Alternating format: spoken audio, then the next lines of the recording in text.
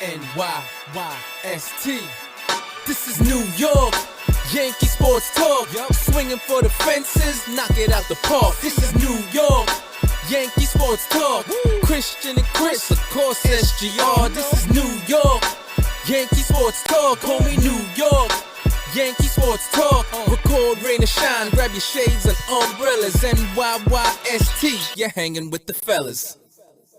What's up, everybody? Welcome back. This is episode 410 of the NYYST podcast. There's no Christian today. Very few times do we kick off the show without Christian. He will be missed. I hate running the show, if I'm going to be honest. But I am joined by the one and the only SGR. Okay. It's just the two of us. Okay. Should be a good show. Okay. First time we're doing this. Okay. In a long time. We are going to start banging. Okay. Well, we are. We sound like Al Leiter talking about his nephew. Yeah, we'll definitely get to that. Oh, for sure. Before we do anything, though, the bookkeeping, as Christian calls it, please leave us a 5-star rating and review wherever you're listening to this, or give us the likey on YouTube. And most importantly tonight, give a little, hit that subscribe to NYYU, because Pete, Kev, and I forget who the third person was. Yeah, Mario was in there. Mario was in there, right? I thought so. Yeah. These dudes posted up for the second annual 24-hour live stream and raised money for the Tunnels to Towers Foundation. And they raised over $25,000. $25,000. And that's pretty friggin' awesome. Which I was honestly shocked when I saw the number. Yeah, that's a nice number. He not only does he work his ass off, Jira behind the scenes, everyone on the network. Jira too, big time.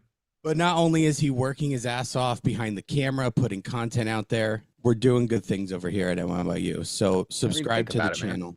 $25,000 that he helped raise for an unbelievable organization, Tunnels to Towers, a foundation founded for the survivors of 9/11, right, or the firefighters of 9/11. It's just like an unbelievable cause that genuinely need our help right now, because there's some congressional hearings with all of that they tried rescinding this some sort of grant money that they were giving these people. So this is at a time where, like, that's like really awesome that Pete and Jira and our whole NYY crew put in that 24 hours, because 24 hours, man, by the end of it, you're losing it. You got to be losing it a bit. So and then don't forget Francis was in there as well. Oh yeah, Francis, for baby. Our 24-hour stream. Really awesome stuff there, and thanks for anyone who chipped in. You know, it's a great foundation, a great cause, and it's awesome. I'm actually going to bring up Francis in a little bit in the show. He's actually a key piece to this show. Oh shit! Just a little teaser. Okay. But also, tell your neighbor, tell your friend. Okay, we are the official Yankee podcast of Odyssey. Please, again, leave us a 5-star rating and review wherever you're watching this, or on YouTube. Give us the likey, hit the subscribe, and let's get to it, man. It's the post-trade deadline show, so it's going to be a quicker show, but there's still a lot to get to. Still a lot to get to, and just a little score update from Jared Williams in the chat. 7-2, the Guardians are ahead of the Baltimore Orioles right now. Look at that. Look at that. Thank you, Jared, for the update. So I wanted, obviously, we're going to get to the sweep in Philly. It was a great 3 games. You guys were on, after the Red Sox series, but just to bring that up too, they take those last 2 games. They really, you could argue, should have swept that series. Yeah, and this team's on a 5-game winning streak. Yeah, for sure. And you could argue that they could have lost that series. They were a strike away from. True. We do have a chat in here that I got to share. It's I don't know. The name doesn't look familiar. It says, "Where's the good-looking guy with all the Rocky posters? I only watched the show for him." Okay, I think the name is Christian_NYYST. Okay, that is saying that. Yeah, Dr. Ghost out yourself. All right, so I want to get to that. I want to talk about. There's always got to be a little bit of negative right? There's always if you're going to be realistic, you can't. Yin and yang. Yeah, you can't just talk about all the good. There's still some things that I'm concerned with about this team, and it's all going to tie together. We got to start with the trade deadline. That's obviously the biggest news. I know we're a couple days past now, but it's still something we got to talk about. So I guess we can start with your overall grade, if you want to call it, or review. I think it's actually better that we're a couple days removed because I was very emotional about it that day. And then you kind of you take some time to like really soak it all in, see what other teams did, and really evaluate it. So overall, what would you say? Yeah, because this market was totally a seller's market. The package that Houston had to give up for Kikuchi was pretty massive, and his numbers aren't the greatest right now. I think he's posting a 4.76 ERA right now. Not to cut you off, but I don't know. To that point, you could really say it was such a seller's market that if you were a team selling, you were more susceptible to being considered a loser if you didn't sell properly at this point. Right. Like if you like didn't, a team like the Angels, really do anything.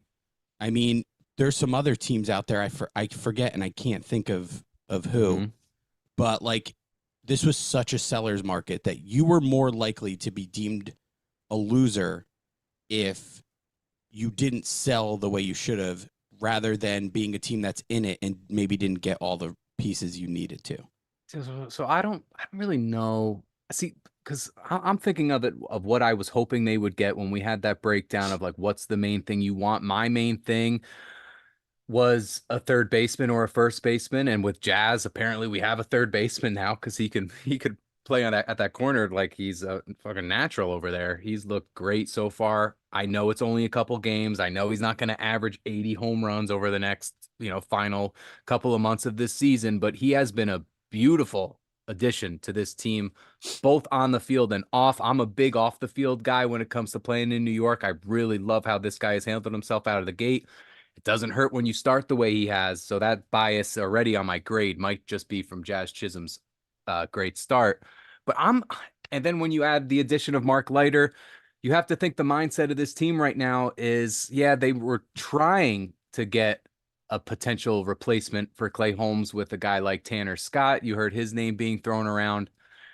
But I don't know. I feel like the way that they're going about it right now, and we'll obviously get to Clay Holmes later, but it does seem like their plan is to keep with him for a bit.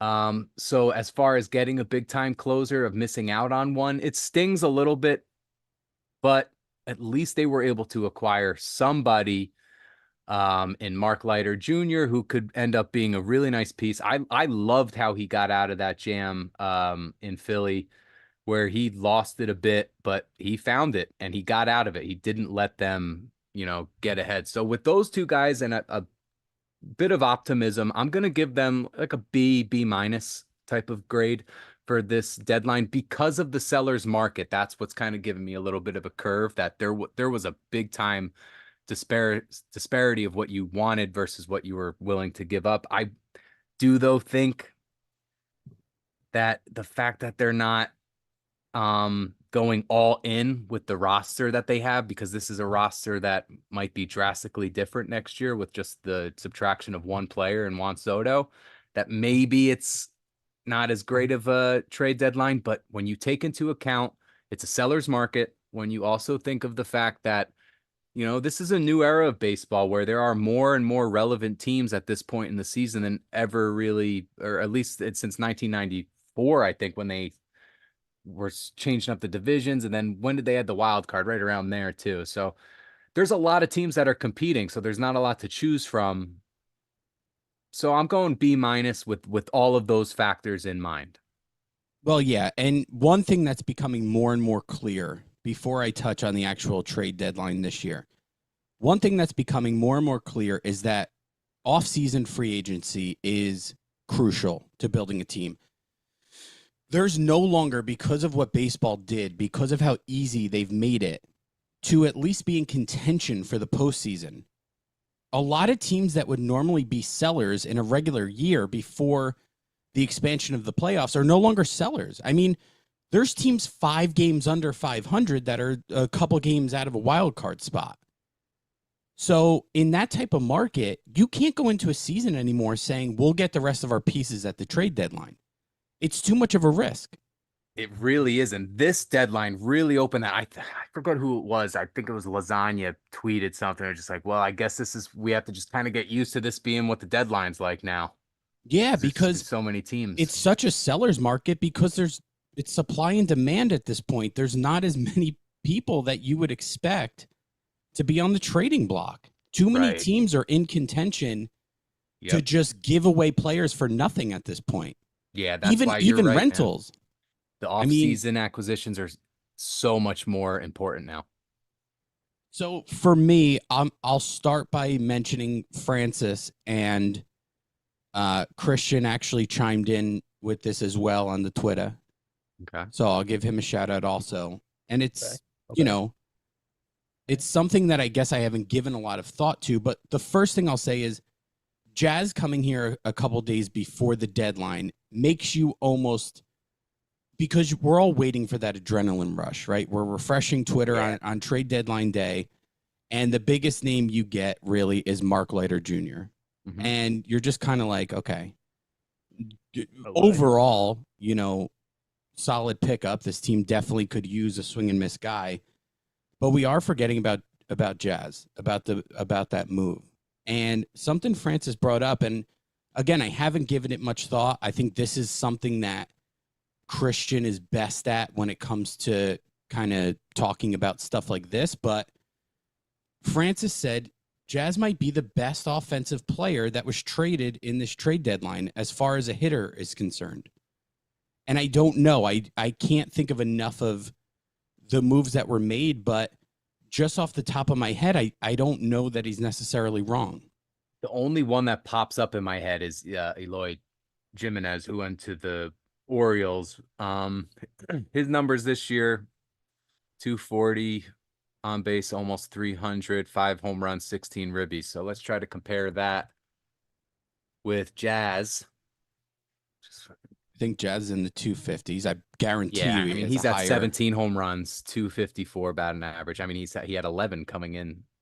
Oh, Jesus, man, my math is fucking so bad, dude. 13, I meant. Yeah, he had 13. Yeah, his numbers are bet up. Yeah. Clearly better and going to higher. Play even higher at Yankee Stadium. Yeah, I don't know if I'm just drawing a blank here of maybe someone else that was traded, but and then here's another thing. Jeff J just said we needed Yandy, which I agree with, but again, I can't let that factor into my overall grade. I don't think, unless Yandy was traded somewhere. If we lost Yandy, then I'm going to start to kind of break that down. But one guy we didn't get that was traded, and this, when it first broke, after this broke, I was at a C-. I was maybe even at a D. I don't know. A D+. Okay. But when Flaherty went to the Dodgers, it was like a dagger. It was like it was like PTSD just all over again. How did Cashman not match or give a better deal than what the Dodgers gave up for him? Not to mention Sweeney, a guy we gave up for Gonzalez, who is now DFA'd. Yep. And then some news starts to break that the Yankees and Tigers had a deal in place. The medicals got in the way. I know Flaherty had some back issues, I believe, where he just got a couple cortisone shots over the last month or so. And that's always definitely a concern. But then Cashman comes out, and I know he can't speak to another player's medicals. I know it's not necessarily allowed. Yeah. But the wording he chose made me, and Cashman, I feel like, is so egotistical that if it were medicals that got in the way, he would have at least worded it differently than he did to cover his ass. And the way he worded it was basically, we would have loved to have added him, but we couldn't match up in value. I believe was not verbatim, but pretty Yeah. close. No, actually, though, I do have the audio here if you wanted me to play it. I just pulled yeah, it up. please. I think Jack Flaherty is an exceptional starter, and I had difficulty matching up with the Tigers on Jack Flaherty. I certainly would have loved to have him as a choice for us, as well as anybody else that would potentially be an upgrade on our rotation. Unfortunately, you get a lot of different reports going out there. At the end of the day, I would have brought Jack Flaherty in if I could have matched up. I had difficulty matching up, and that was the reason I don't have him. Simple as that. End quote. Okay, so End of the day, he pulled out there too. Yeah, Dude. He's taking yeah, a he page from listens to the show. Chrissy playbook there. they tell him about the impersonator. and then Yeah, he listens. yeah, just waiting for me to drop a fucking So, cash. like, to me, again, you don't have to mention medicals to still pull yourself out of the equation.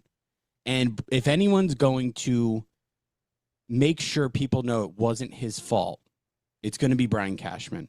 And from what he said, to me, you could have said something differently and still not brought up medicals. For me to not sit here and think, not matchup in value, literally, it sounds like they weren't willing to make a deal with him. And that now, maybe because of the medicals, Cashman was really trying to lowball him.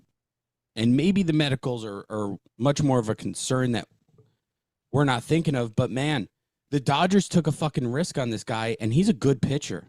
He's a great pitcher. Yeah.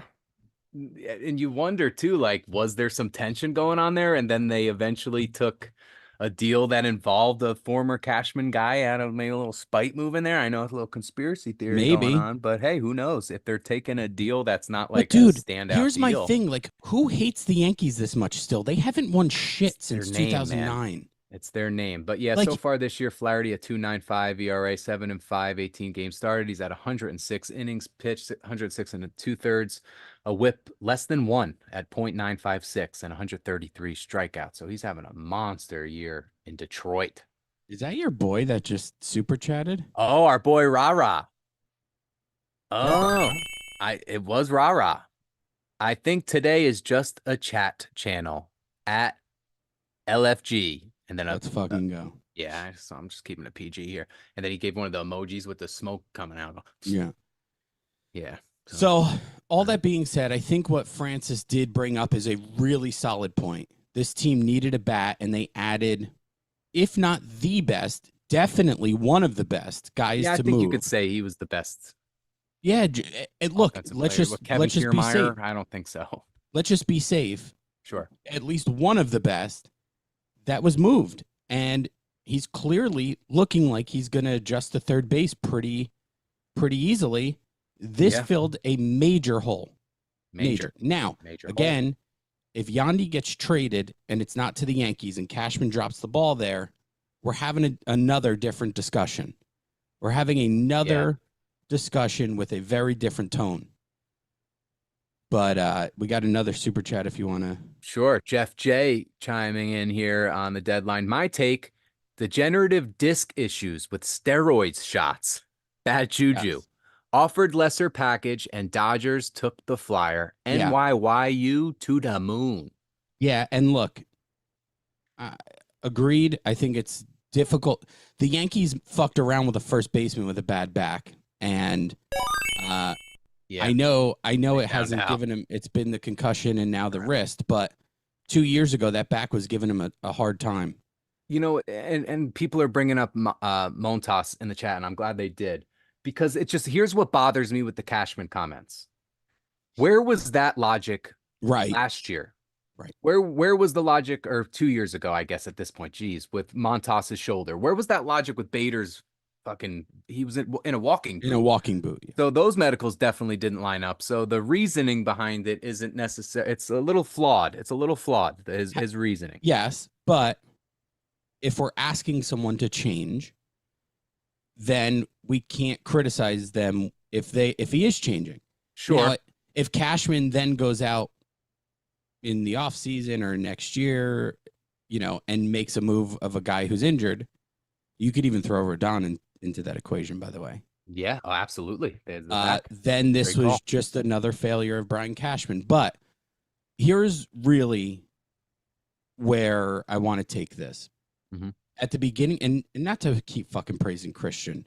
I really hope he's Yeah, not it's hard watching not or to. listening anymore. Yeah. He probably is. I think he. But there's one thing that Christian said from the beginning of the season, before the season even started.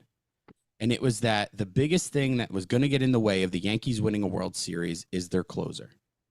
And I wanted to end the show with this, but I guess we'll segue to it now. Hmm. My biggest disappointment at this trade deadline wasn't that they just got Mark Leiter Jr. I think he fills a definite hole in this bullpen.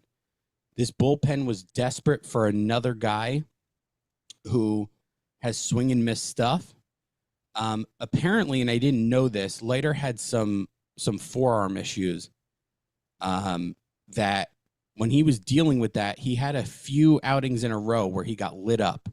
But other than that, if you remove those outings before his injury when he was feeling off and got lit up, he's a pretty solid. Yeah, because then you're looking at that took place toward the end of June. He gave up 8 runs over his over 4 appearances when he was dealing with that right forearm strain. So yeah, good call there. So yes, a big move, not the sexiest name in the world. You know, he wasn't a Tanner Scott. He wasn't. Well, who was the other reliever that went? I think he went to Boston. You thinking of Sims? Maybe. There was another. No, I thought it was another Puck, Marlins guy. Yeah, AJ Puck, right? Yeah. Where he ended up going to the Diamondbacks. Yeah. I thought the Mets got a guy too. I could be wrong. Anyway, doesn't matter. Cody's Senga came back, and then now he's already out for the year. Hurt. That sucks. But here's my biggest takeaway from the trade deadline. If you were going to do anything, it didn't have to be Jack Flaherty, even though this team could have used another, big pitcher. Mm-hmm. You had to give me someone who can potentially close out games when we're done with the Clay Holmes experiment. Mm-hmm. Because and the scariest thing is, if you read the quotes that have come out of the captain, that have come out of Boone, that have come out of Cashman, it's that Clay Holmes is their guy. We're not worried at all. We love him. He's great. Everything's good over here in Yankee land. What you're seeing is not real. The fact that he has the most blown saves in baseball doesn't really exist. The fact that he, whether it's soft contact or not, it has a ton of base runners, whether it's lucky hits or walking guys and not finding the zone. Everything that you're seeing is a figment of your imagination. He's great. We love him. And I said this to you because you sent us Judge's comments. And I said, we talked about this. Like, Judge is supposed to have his players' backs. He should be out there saying those things and supporting his guys in that clubhouse. But they need an enemy. If it's not going to be another player, like Christian always says, Jeter had his Posada to be the bad guy. If it's not going to be another player, it's got to be a leader. It's got to be Boone. And we all know Boone's not going to be the bad guy. Boone's going to talk just like the rest of them talk. And now it's not even Cashman. I mean, Cashman picks and chooses when he wants to be the bad guy. He's done it before plenty of times. He did it to Judge. He threw Judge under the bus before the season in 2022. Derek Jeter, he did it to Giancarlo Stanton. So if no one's going to be the bad guy here with Clay Holmes, are you telling me legitimately that you're not concerned?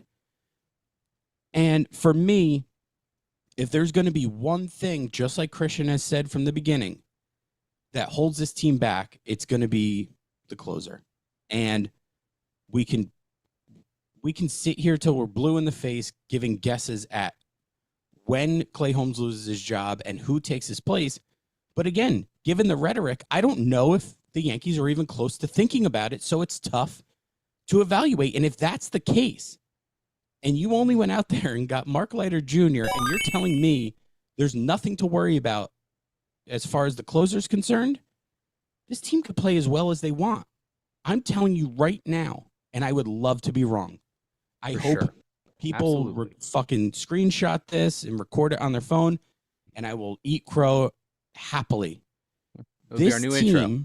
unless drastic changes are made to Clay Holmes to figure his shit out, this team is not winning a World Series with Clay Holmes as their closer, because in close games, you can literally give me almost anyone else out of that bullpen, and I'd feel better about their chances than I do with Clay Holmes right now, and that should be the opposite. I should be desperate for Clay Holmes to come into the game, and it's the opposite. So then let's think about the point you made with Jazz, how he was, there were a lot of potential trade, people, the rumors that were out there, sure, but Jazz ended up being probably the biggest offensive name that was dealt at the deadline. You could argue it.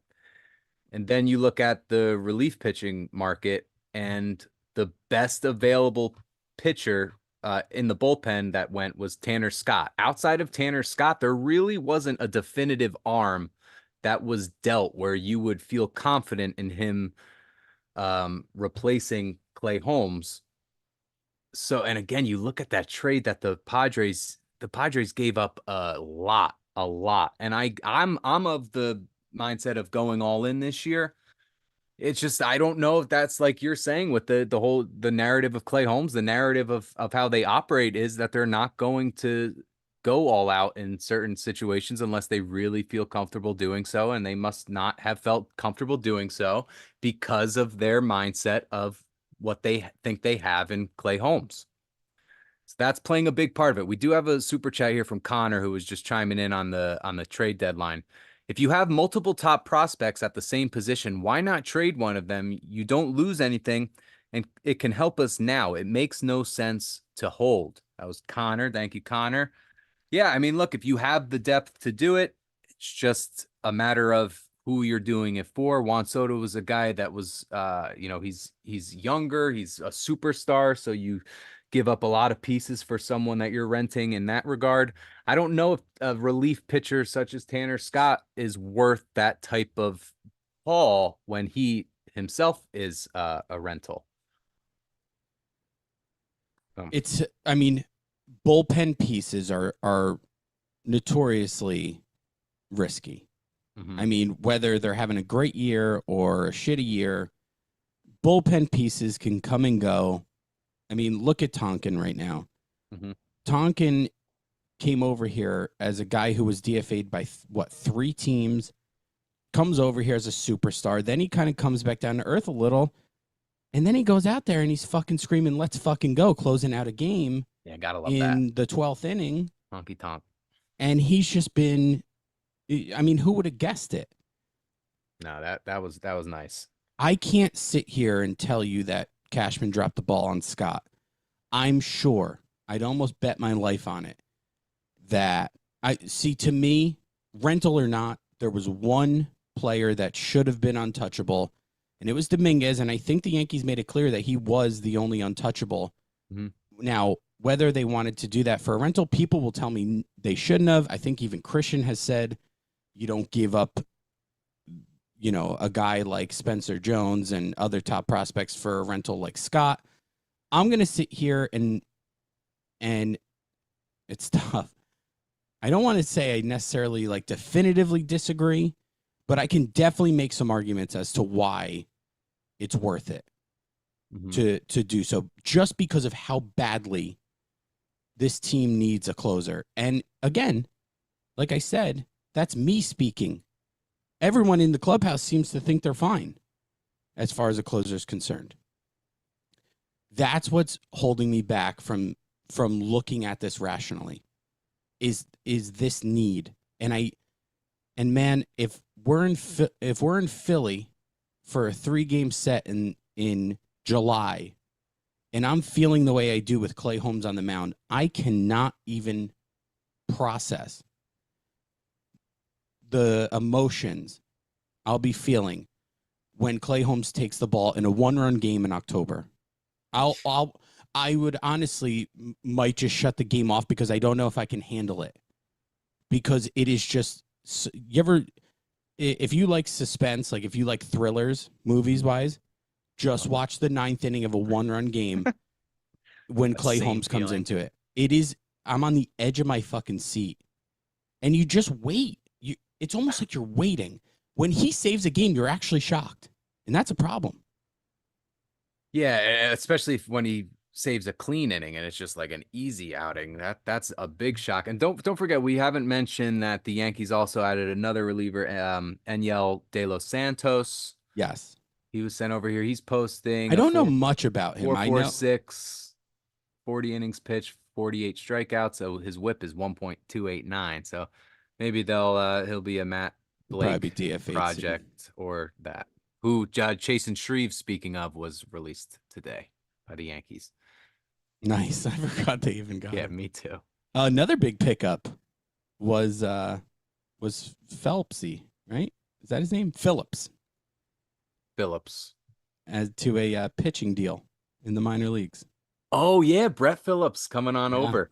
And have you seen him? You know he throws 90. He hit Yeah, 97. he was doing some like Legends game on NBC. I don't even know what it was. He wasn't even on the roster. He somehow gets in this game to pitch. It was probably he knew that teams were interested and he asked probably to showcase himself and they let him. And yeah, he was fucking 95, 97. His mechanics are a little could use some work. It looks like he's very top heavy, but almost reminiscent of Dylan Betances' delivery with that top stiff back going chucking all the way through. He has some nice off speed as well. A little shorter. Plus, a little short. Yeah, no, he's not 6'8", but he has a great off the field type of guy. I really like Brett Phillips. I've always Great guy, Brett good Phillips. guy. Tremendous guy. He went to China. He played over in China. Now he's back.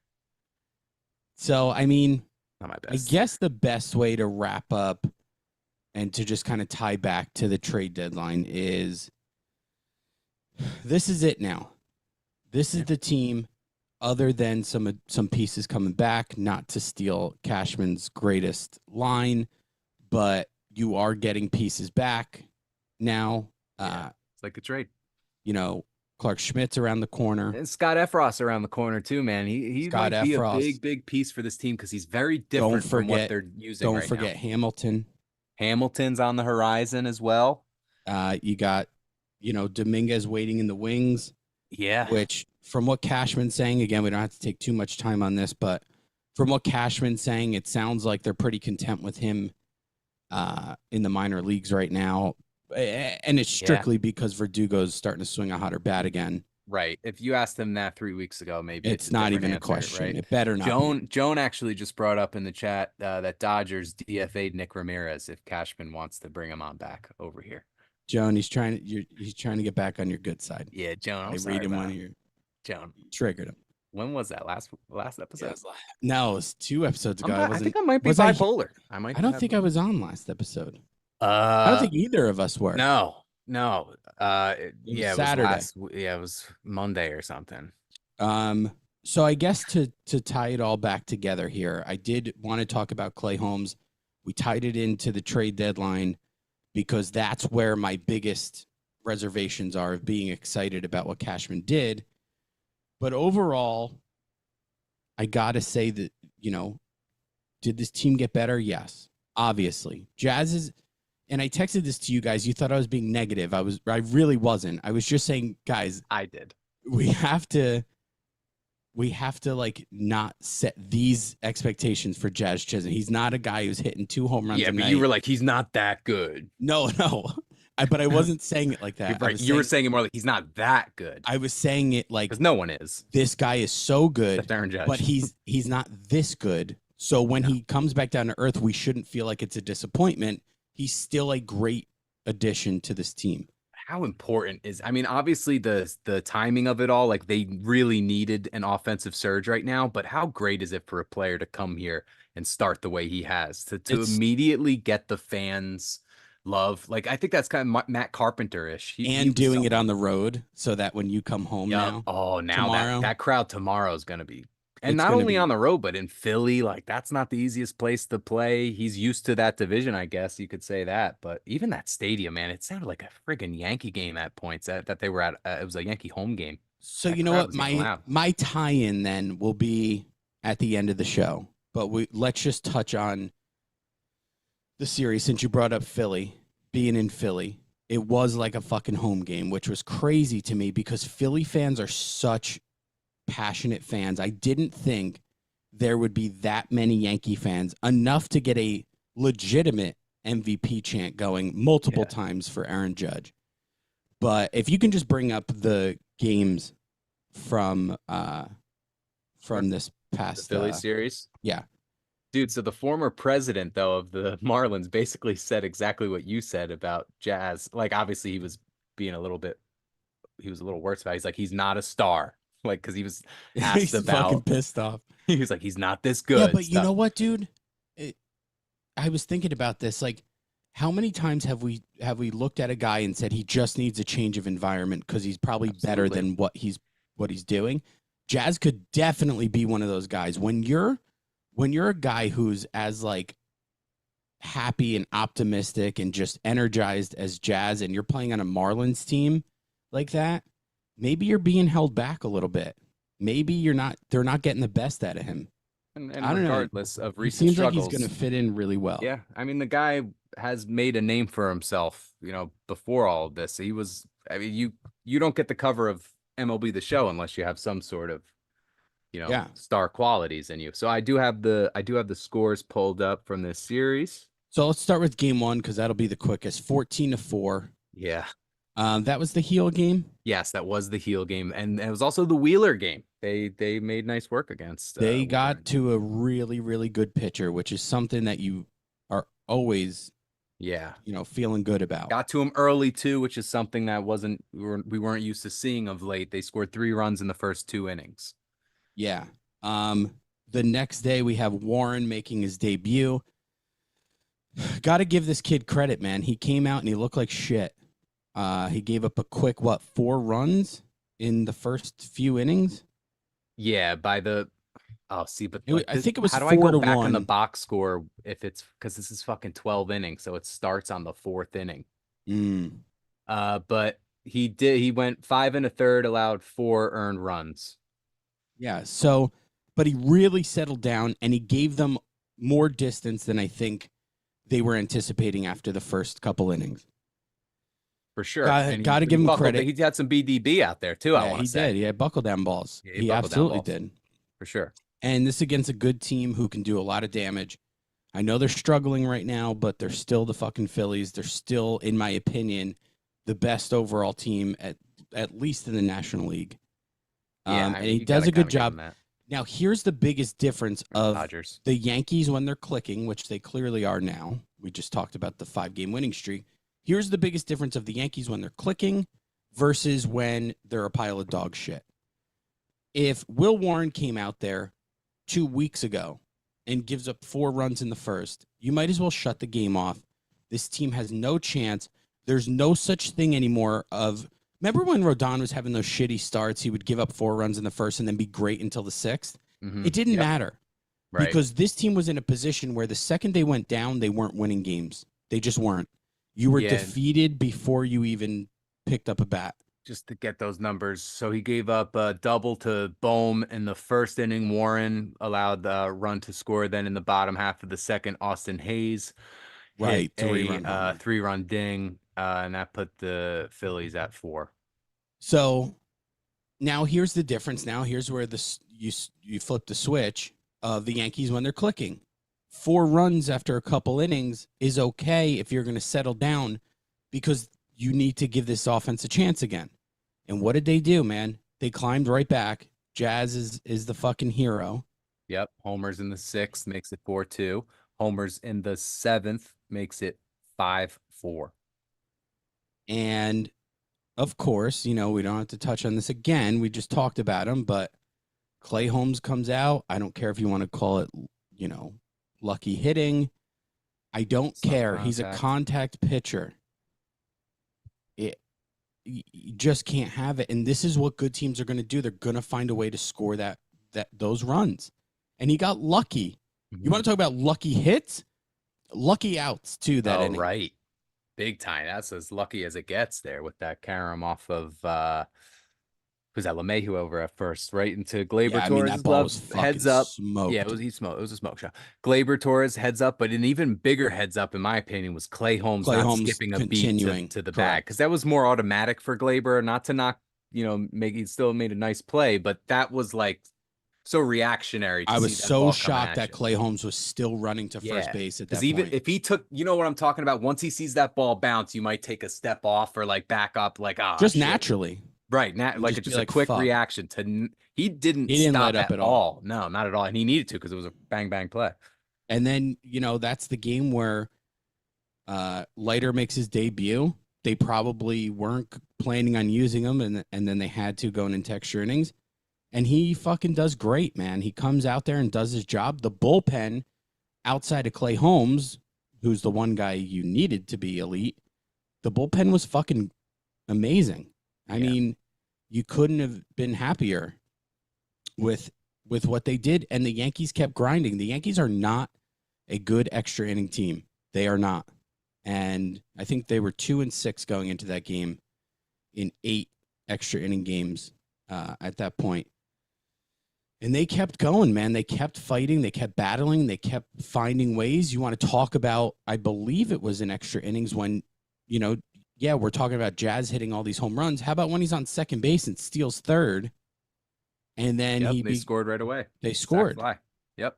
That could have been the winning run, actually, because it was Gleyber, I think. I think that was Gleyber's. Yeah. No. Austin Wells scored on that one. Chisholm ended up getting thrown out at second. Gotcha. So then it was earlier. It was earlier. Yes, because it was first and third at that point. Gleyber hit the sac fly. They cut the ball off, and they threw out Chisholm, who was trying to tag get to second, which would have been nice. That would have been great. And look, that's going to be something that is going to be really, really important for this team. Jazz's speed is going to be a major weapon that they have been severely lacking for sure across the board since really, I mean, when's the last time they had a true speed guy? And I'm not talking about like Brett Gardner comes to mind, but he wasn't a true speed guy. He didn't use his speed to the best. I mean, I really don't know how much Jazz uses it, but it's just he's freaking quick. I think he has 24 stolen bases. Yeah, that's what I was about to try and find right now. I'm almost positive he had 23. Yeah, 23. He had 23. He has 23 right now on the MLB website, so they're pretty accurate with so then he had 22 coming over. Yeah, that's nice. And who do you think is our highest base stealer up to that point? Volpe? It's got to be Volpe. It's probably not even close. And what do you think it is? Like 7, 9? No, it's maybe 12 or 13. Let's see. Volpe has, you're right, 19. Yeah, I was actually way off him. Yeah, but here's why. Here's why your brain did that, because Volpe's stolen like one base since the beginning of June. Right. It's that recency bias coming out, huh? Literally, he had all those stolen bases towards the beginning of the season. I mean, he was stealing bags like crazy when he was batting 7th. And then even when he was leadoff, obviously for a while, he was stealing bags, and then he stopped. Wait, I wonder if Mark Leiter also went to Del Barton. Because I know Jack Leiter went to Del Barton. I know Jack and they were Volpe teammates. did. Yeah, because that's why I'm bringing it up, because Volpe went to Del Barton, but I don't see anything on Mark going there. I don't think he did. Yeah, Jack and Volpe were teammates together. Best friends. You know who sent me a pic? Remember Oniglia? Yeah, of course. Love Oniglia. Douche. He listens to our show. Awesome. He sent me a picture the other day on the Seaside Boardwalk with Todd Frazier. Oh, yeah. Yeah. That's awesome. Yeah. Because I was just going to say, I think Mark Leiter's from Jersey, though. I'm pretty sure. Yeah, I want to say he's a Toms River native. 10-3 right now in the top of the 9th. Guardians are ahead. So it looks like we're going to have Orioles. We're going to be back at least we'll tied in the loss. Tied in the loss, too? Yeah. If the Orioles, if it plays out this way, then the Orioles and Yankees will actually have identical records at 65 and 45. All right, so we'll wrap up the show by, we'll talk about that last game. It's a day game. The Yankees come out hot. DJ LeMahieu, the guy who you were screaming that was even in the lineup. I fucking did the reverse Chrissy jinx. He comes up with the bases loaded. I say we're about to immediately regret having him in this lineup. And, of course, he hits a fucking grand slam. And I'd have it no other way. And, sorry, continue. My thoughts. No, I was just going to say the Yankees really, even though it was a close game, the Yankees really didn't look back after that. They stayed in control of the game. They kept command. And then once again, you're holding your breath. And you know what? I'll say this too. Someone who hasn't been talked about enough, I think, this year, because he's another guy that you're very hesitant to trust. Tommy Kahnle's been pretty damn good this year so far. He's been a guy that you forget is in this bullpen. He's got a 2.22. You're yeah, right. He's been really good. And Nestor, what more are you going to say? It's road Nestor, first of all. Honestly, at this point, home Nestor hasn't really impressed me that much his last couple outings either, I don't think, unless I'm forgetting. But just overall, I'm just kind of over Nestor. He's doing the fucking leg thing again. And it's just I'm kind of over it. I really wish they moved him at the deadline, to be honest. 5 1/3, 3 runs, though, is not terrible. Yeah. That should be enough. When your team's giving you 4 runs in the first, was that the first inning or the second inning? Second inning, they put up a 4 spot. Yeah, you don't just start giving it right back. If you're going to be a guy who wants to be respected, you got to buckle down more. You got to buckle down. You have bigger buckle down balls. Yeah, because then it was 4-0, then it was 4-2, then it was 4-3. Then it was DJ LeMahieu again. And that was the point I was going to make. I got to say, man, Ricky Ricardo, that's his first name, right? Yeah, Ricky. I'm totally sold on this guy. You didn't like him at first, right? No, I've always liked him. Christian doesn't, he's a little hesitant, but I thought Christian liked him. I love him. He doesn't like, sometimes he does a little bit of Sterlingisms in there that he might not, I won't speak for him, but he sold me on this series. I heard he had a great call for one of Jazz's home runs, and then just a quick line, he just throws out Phillies 4, DJ LeMahieu 6, something like that. That's a good little fucking line there, man. And I'm totally for it. You know why else I'm for him too? And not to go on a tangent here, but him and Susan are much better than Susan and Shackle. Yeah, there's some tension there with Waldman and Shackle, or she's just not they're not as comfortable together. Yeah, she just has a much longer professional I think it's relationship. I think it's more of that. So yeah, and then you hold your breath yet again. But Clay Holmes comes out and he fucking does the job. He gets the game-ending double play, and the rest is history, man. So this is, I guess, where I'm gonna tie it all together and wrap up the show. This team is doing something that I didn't think any move would have helped. And they're coming back to life. I thought this team was not dead in a sense of they couldn't make the postseason, but we've seen time and time again, Yankees start hot, they go into these downward spirals, and they barely pick themselves back up. And 5 games in a row is pretty significant. I think the Yankees' longest winning streak over the last 2 seasons has been 6 games. I don't think they've surpassed that this year. I think they had 2 6-game winning streaks, and that's been it. 5 games is significant, and it's the manner in which they're winning. They're scoring a lot of runs. Here's something too. They went on a 7-gamer, May 12th to May 19th. So they had the 7. This team has the most runs scored. Actually, I'm sorry, man. They actually had an 8-gamer, May 29th to June. Okay, yeah. Yep. This team has scored the most runs in baseball. They have the best run differential. It blows my mind that this team is in the same breath as any other team with the most wins in baseball, but there they are. There they are. They were that bad, but 2 things can be true at once here. Say it again. Sounded like Biden there. Say it, not a joke. Say it again. I forgot what did I say. It's not a joke. What was that? It's not a joke. They were, yes, when they were struggling, everyone's like, oh, they have 60 wins. They have this, they have that. Fine, but what I was watching was not a team that was going to pull out of this.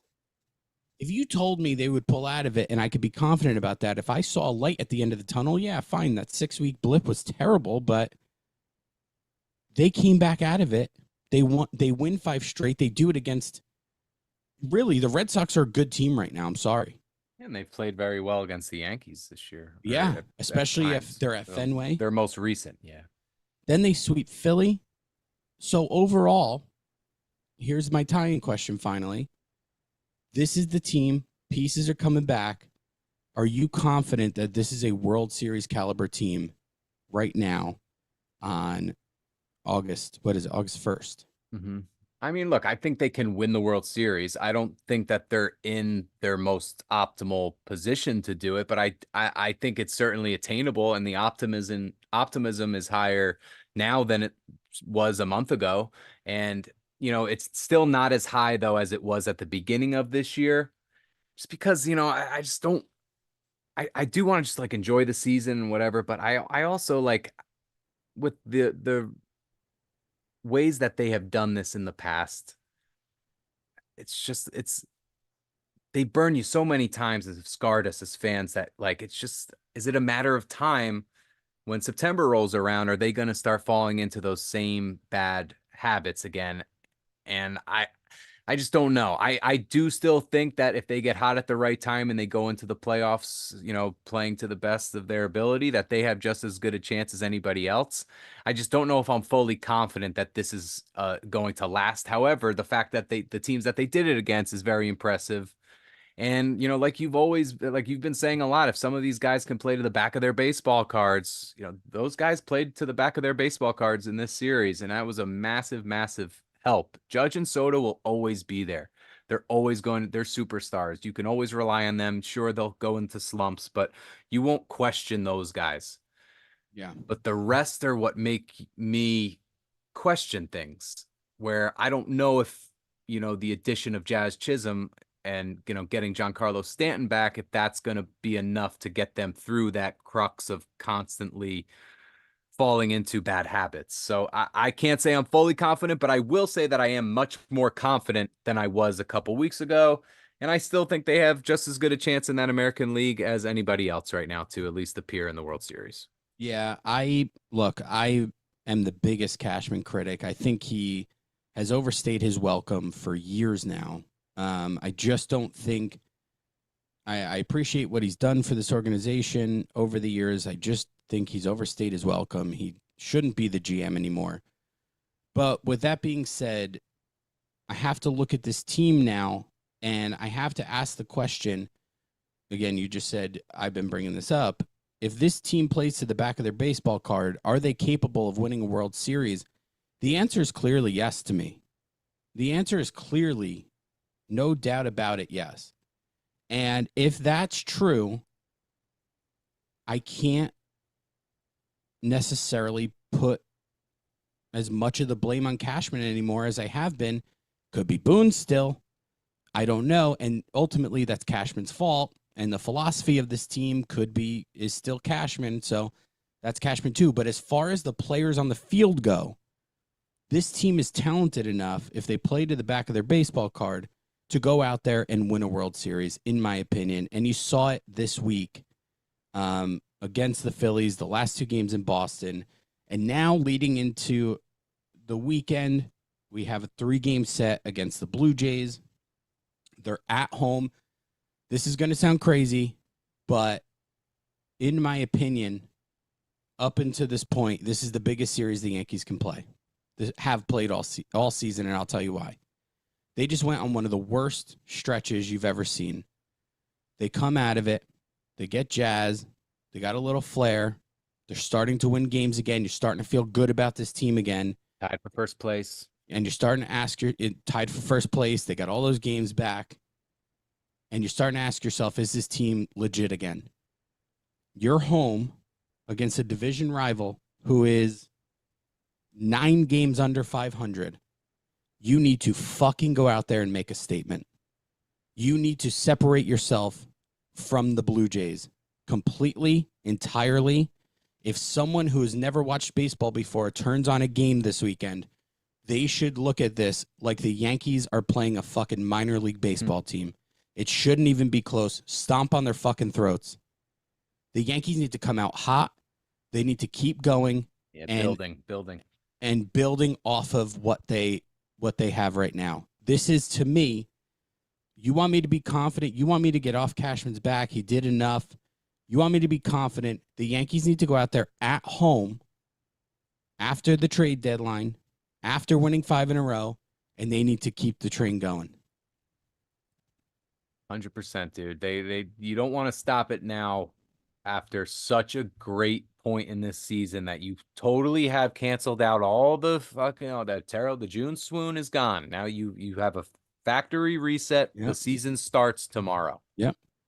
So we got the game tomorrow night at 7:05. It's Stroman versus Gossman. Mm-hmm. Who do the Yankees crush him or they have trouble against him? I can't remember. It's one of those. It's one of those. Keep going though with the other ones. Saturday is a afternoon game, 1:00. You got Rodon and Barrios. That's going to be a good matchup because Rodon has looked so much better, and Barrios is having a pretty good year himself. He's under 4. Gossman 10-9 with an ERA of 3.51 and 169 strikeouts and 34 appearances versus the Yankees. So he does pretty well against him. Yeah. And then Sunday's another afternoon game, 1:35. And there's no pitching matchup set yet. I would have to imagine they're talking about, we didn't talk about Cole being scratched. Yeah. Fucking general body fatigue, whatever that is. And then it comes out he had a stomach virus. So sounds like the flu, stomach bug, whatever you want to call it. I'm guessing he was hopeful he'd be back this weekend. Maybe that's his game. I don't know. And I apologize if this has been announced already. I haven't had time to really keep up today, but yeah, I mean, the Yankees got to come out and they got to dominate the series. They don't just have to win the series. They have to dominate the series. It's still TBD. It's still up in the air. TBD. Unless you got anything else, I guess we can wrap up the show. Just one quick thing. I do think we have to touch on the news on Mike Trout today. He will be out for the year. He went for a second opinion after the first opinion said the meniscus was okay. Torn, right? He woke up on like Monday of this week feeling weird, it's torn in a different place. Yeah. And that's just terrible news for the sport of baseball. The guy is a major piece to this game, so it really sucks that it's the narrative now will be that this guy was one of the greatest to ever play and he was plagued by injuries. I think this puts the nail on that argument's coffin for sure. I just wanted to chime in on him. But everyone in the chat all night, thank you. Please again subscribe to NYYU. Please like the video. Please leave us a 5-star rating and review on Apple Podcasts or anywhere you listen. We are, again, the official Yankee podcast of Odyssey. So please tell a friend, tell a neighbor. Okay? Please do. It's only going to help. And yeah, thank you very much for watching and listening to episode 410 SGR. Go Yanks. Chris, say goodbye. Can't make a promise, but I do my best. 25 sitting on 25 racks. Just got started, no, we ain't done yet. Bought a new crib, that's a goddamn flex. Sign that check. Told them last year that I been up next. Can't take calls, but I send that text. From way downtown, but the shit still.